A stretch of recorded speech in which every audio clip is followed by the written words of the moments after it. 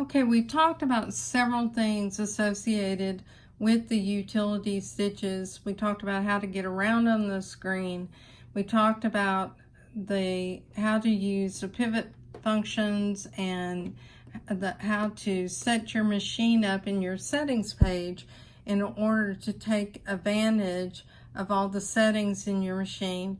Now what I want to do is focus your attention on some stitches in particular in the menus and the difference between those stitches and some of the feet or accessories that are available for our machine.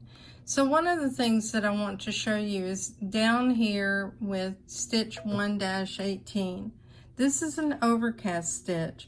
The overcast stitch, it uses the G foot, and the G foot is one of those feet that came with our machine. If we go into help and we look under pattern explanation, there are 4 pages on the screen that show you how to successfully use this foot and set it up for your sewing.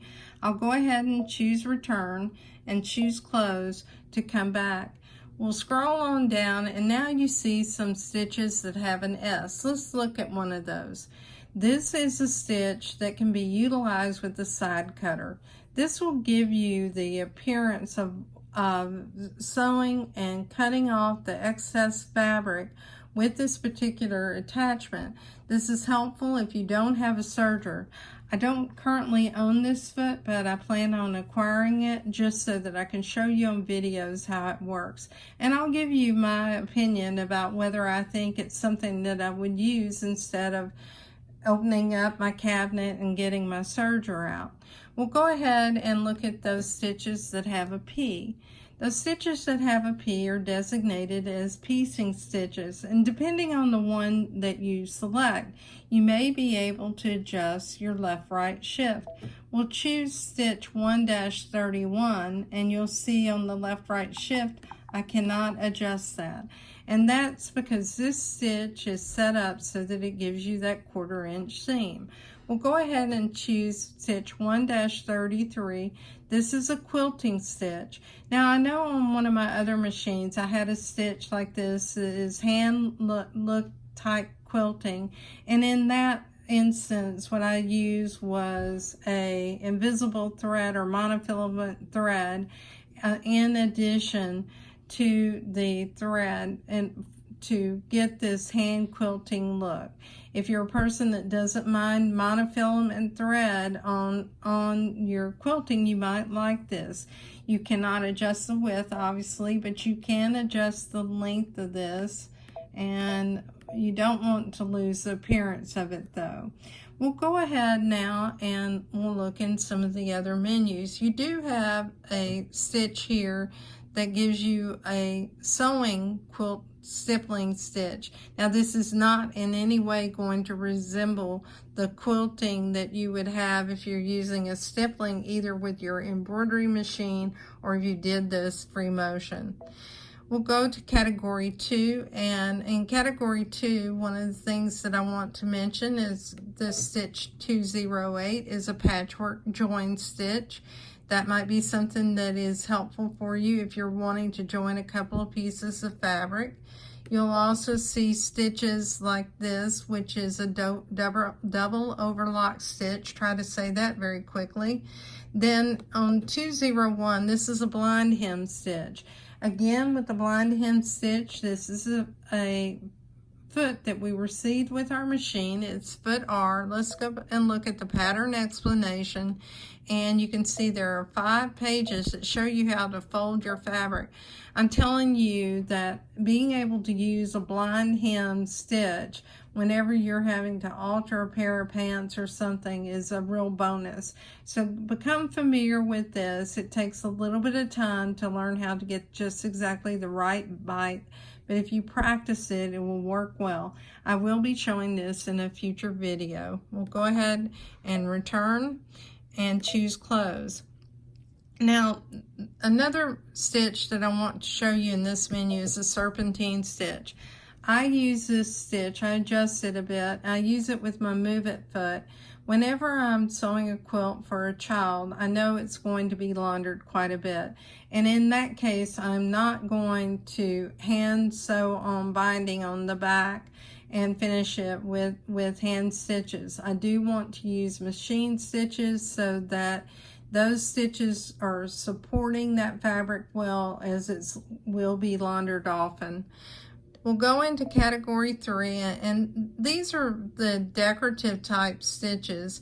You'll find stitches like hem stitches. You'll see stitches that are like this hem stitch here.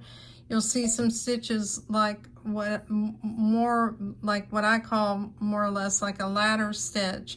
And then you'll see some that resemble cross stitches in some way. One of the things that I like to do is I like to stitch these out. I use a decorative thread, like a 40 weight thread. I reinforce my fabric with stabilizer, and I adjust the length and width of these stitches to see what the different appearance is. I always stitch it out with the default setting first, so that I can see what that default setting looks like, and then I adjust from there.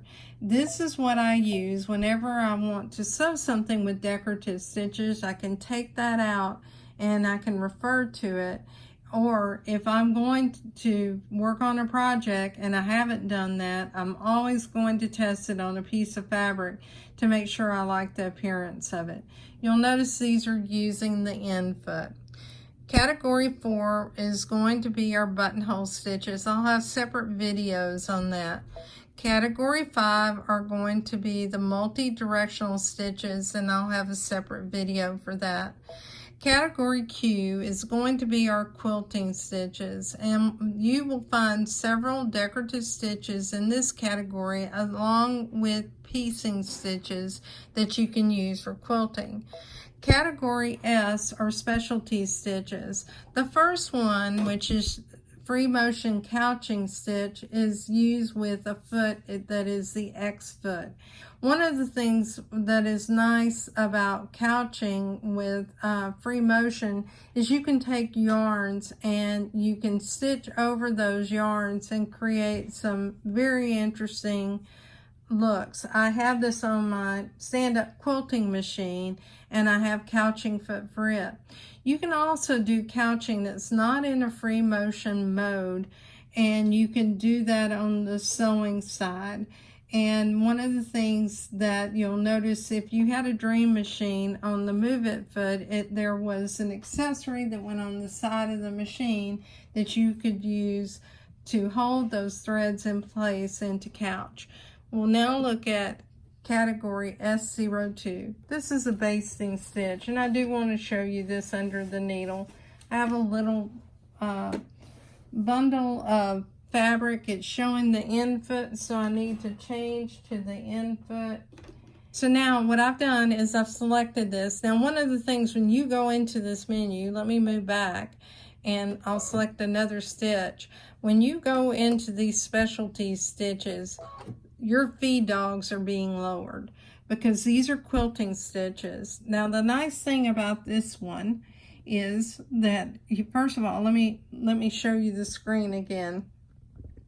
You cannot adjust your length or your width on this because this is a free motion stitch. So what we'll do, we'll just zoom in so you can see it. This would be very helpful if you want to baste a quilt. Now one of the things about this is that you're going to have to move the fabric. You notice that was the southern goina.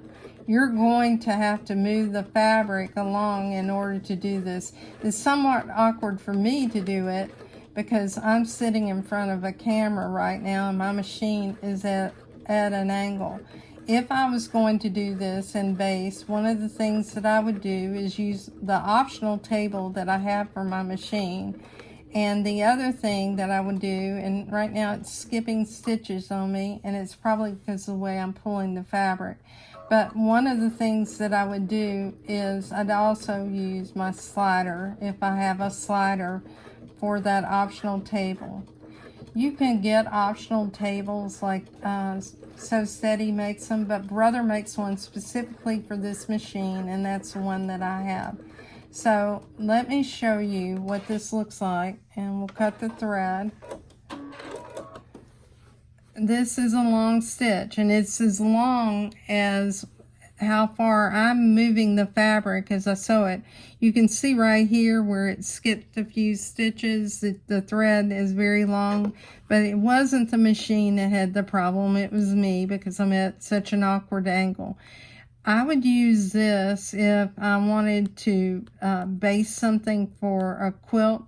Whenever I'm quilting on my quilting machine, what I do is I base down the sides of my fabric, and sometimes I base channels in the fabric just so that I can make sure that my front and back are straight.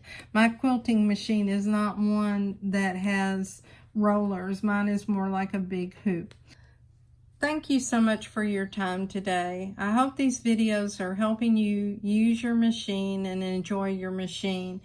If you like my videos, please like and subscribe, and consider joining us on the Facebook group, Just Stitching with a Brother Luminaire. We have several talented people in that group, and everyone is so very helpful. Have a good day.